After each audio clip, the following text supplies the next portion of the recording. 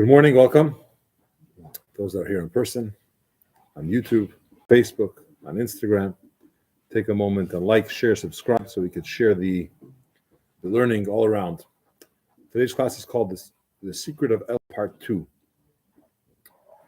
And although a lot of it is not a secret because this is known stuff, and anyone that dabbled a little bit with Hasidus knows these concepts that are spoken about in many, many discourses and talks and letters from the Rebbe and the Rabbi about the importance and really the power that Elul has.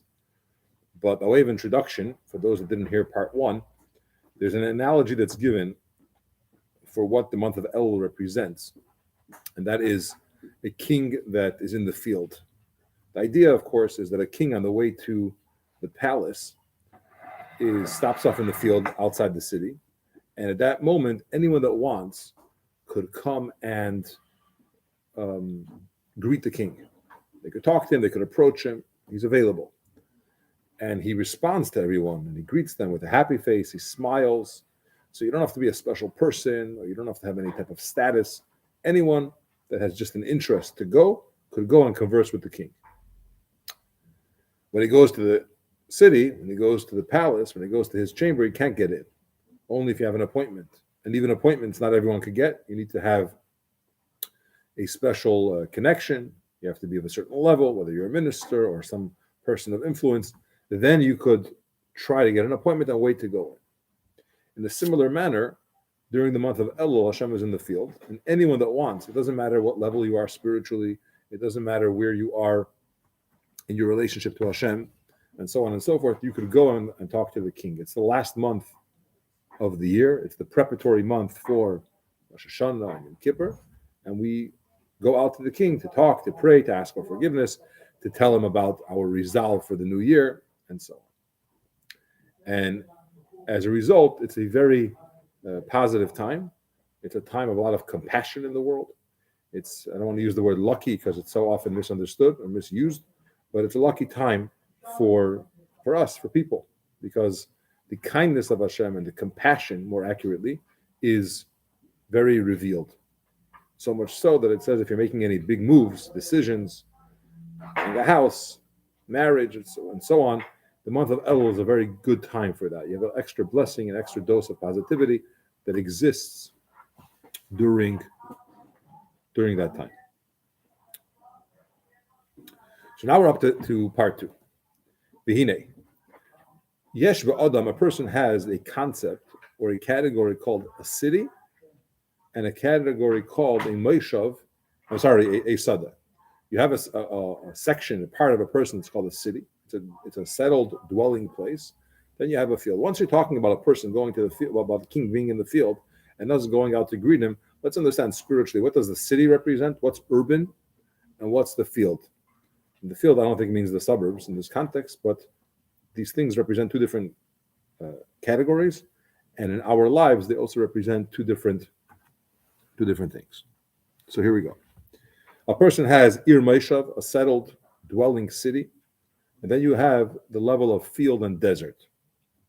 A desert, what's unique about a desert is that nothing is planted there, which means you don't have any cultivated real produce or source of living, and so on. It's a very wild and not untamed, but uncultivated area, which in the person that represents our actions, our words, the things that we say, and our thoughts that are not for Hashem. If you have something that you do that has purpose and it's productive and it's leading to something, that's compared to a city, because people dwell there. There's a higher purpose. You're being helped, or you're helping. Being in the city represents doing something. Desert means I'm just doing nothing. My thoughts have no content or higher meaning to them. The things that I say don't matter. They're not leading to serve Hashem better or to help anyone else out. And the same thing is in regards to actions, to my deeds. They're also nothing. And it's interesting that Chassidus always focuses on not just action and not just even words, but even thought. That the thoughts of a person are very, very important, and we're responsible for our thoughts. And someone may think, how could you tell me that I have to be responsible for my thoughts? You can tell me, control yourself, don't do it. You can even tell me, control yourself, don't say it. But you can't say, how could you say, control your thoughts? So there's two types of thoughts. There are thoughts that are conscious thoughts, which means you're thinking about an idea, you're reflecting on it, you're imagining something, and you're going somewhere with a thought. Then you have a level of thought that just pops into your head. It's a fleeting thought. It just enters your mind. So the first thought, the fleeting thought, the pop-up, if you will, that's a type of thought that you can't really control. You saw something or someone or remembered something and it triggered a thought. What you could do is be in control of the next step. What do I do with that thought? Let's say you have a thought that's not positive. You're scared of something or worried about something, or you're thinking about it in a negative way. You could, the idea popped into your head, what if, fill in the blank, and then you either take that and start to visualize and think and play out the scenario in your mind, or you can push it away and say, I'm going to be positive, I'm not thinking about this. And that's something which we are in control and we are expected to do. But Chassidus always demands, because when a person thinks a certain way, it leads to the way he speaks or feels, and ultimately to the way he does and what he does. So when we talk about desert, that represents a person or the things of a person, thought, speech, and action, that is just no purpose behind them. It's like a desert. There's no growth from it. There's no sustenance from it. It's just wild. Now, we're not talking about, he says, things that are bad. A person is thinking negative or speaking bad about someone else or doing something that's wrong. That's a problem in its own right. We're not even getting to that yet. We're talking about a much more refined level, and that is things that are allowed. I could say whatever I want. I'm not hurting anybody. I'm not speaking negative about somebody else. That would be forbidden, right? I'm not doing anything wrong. But the thought, speech, and action that we're referring to here are things that are not conducive or leading to serve Hashem. Okay.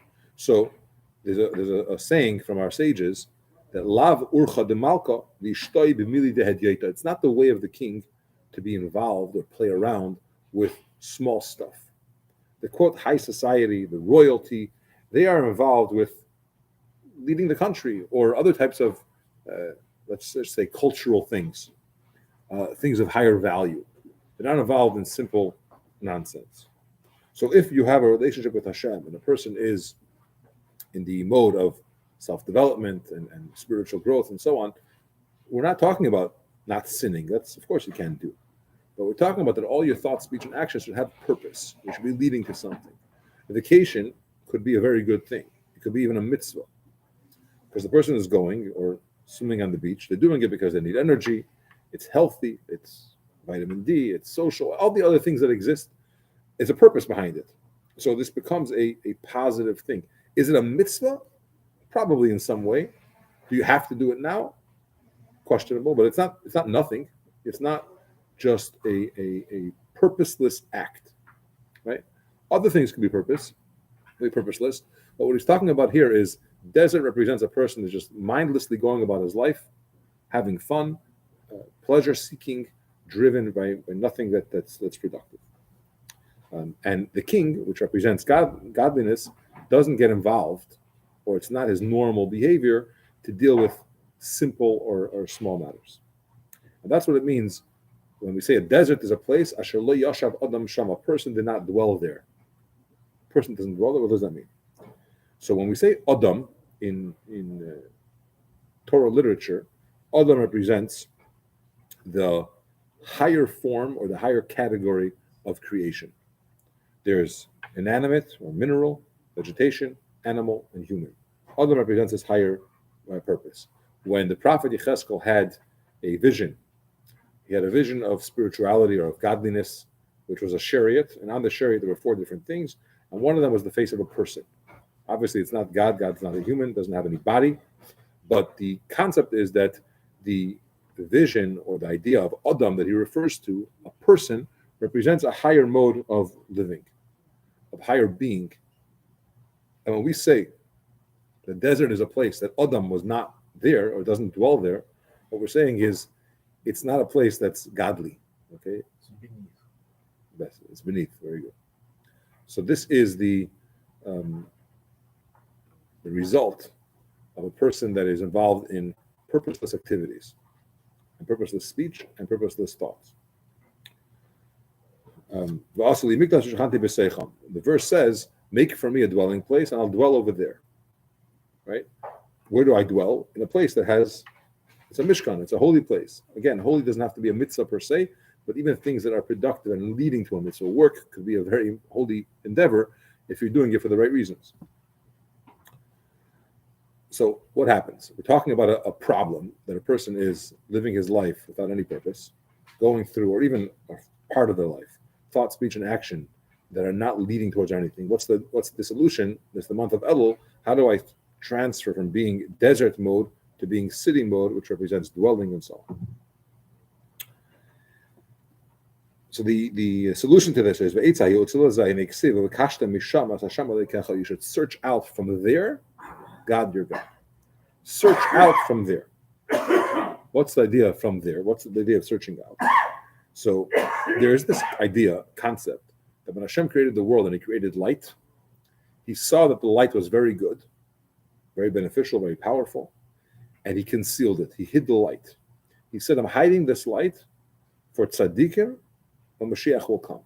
When the world's going to be a perfect place, when we're already getting there, when the world's going to be holy and good and Mashiach is coming, then this light will be revealed. But till then, I'm hiding this light.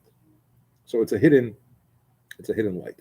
What does it represent at a deeper level? What's hidden light mean?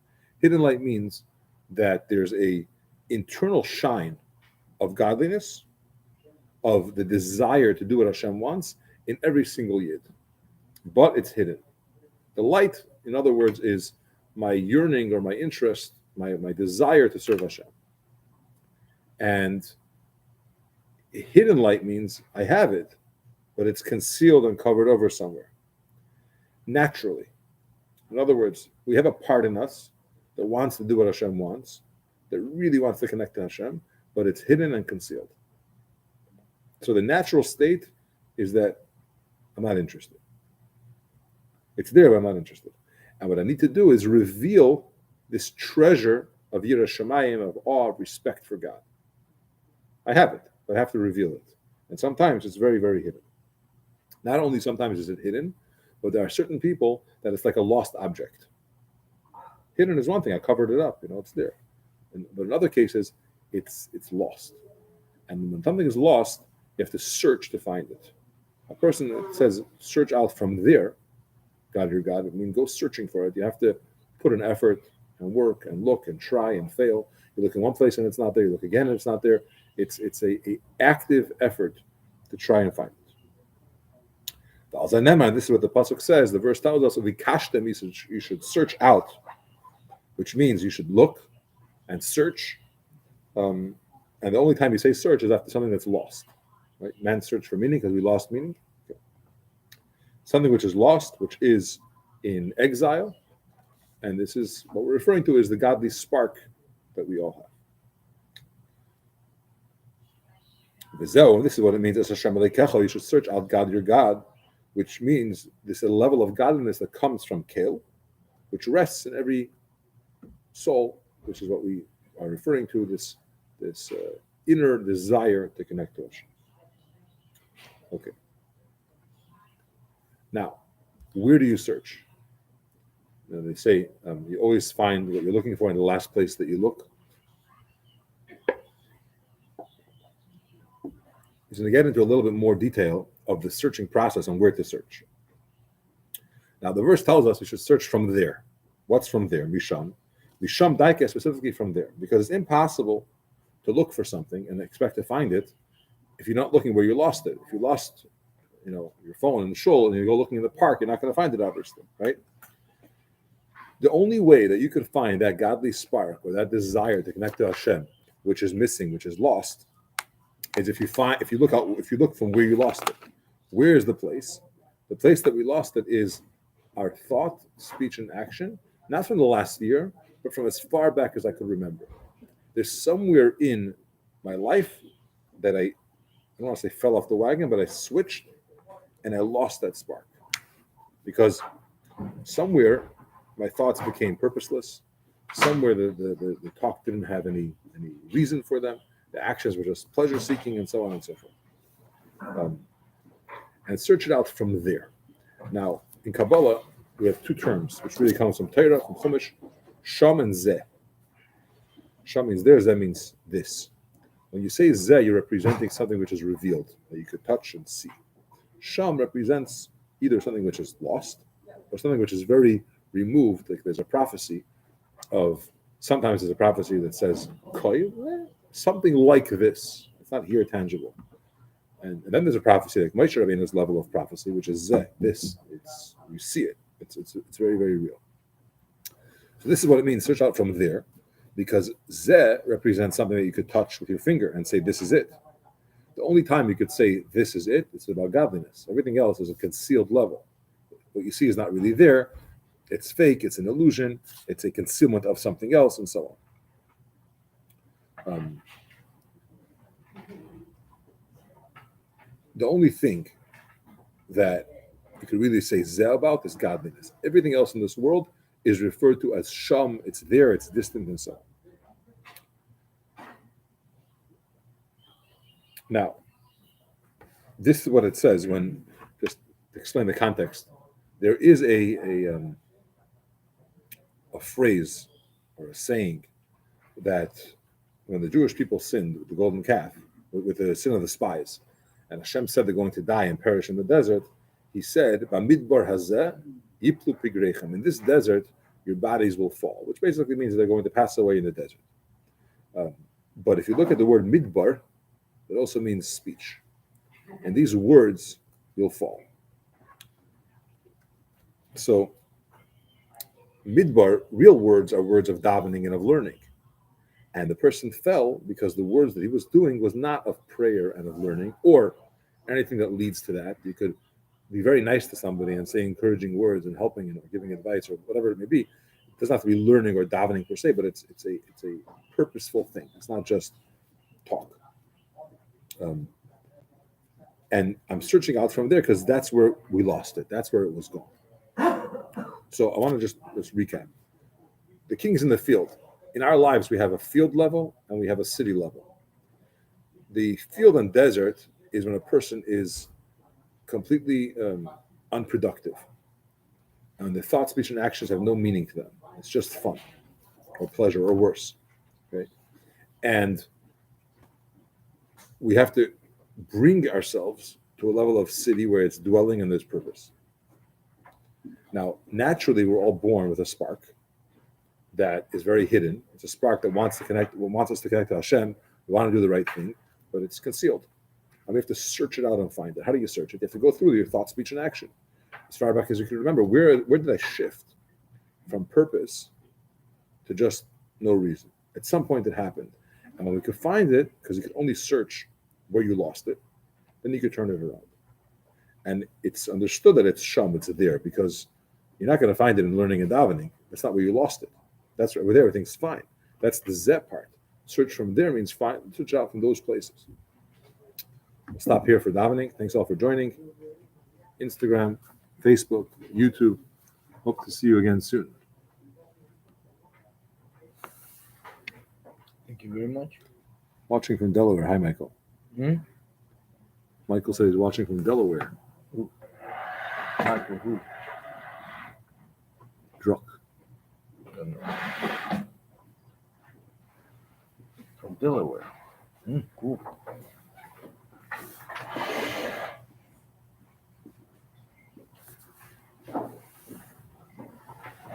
He's watching from there. We're watching from there. Exactly.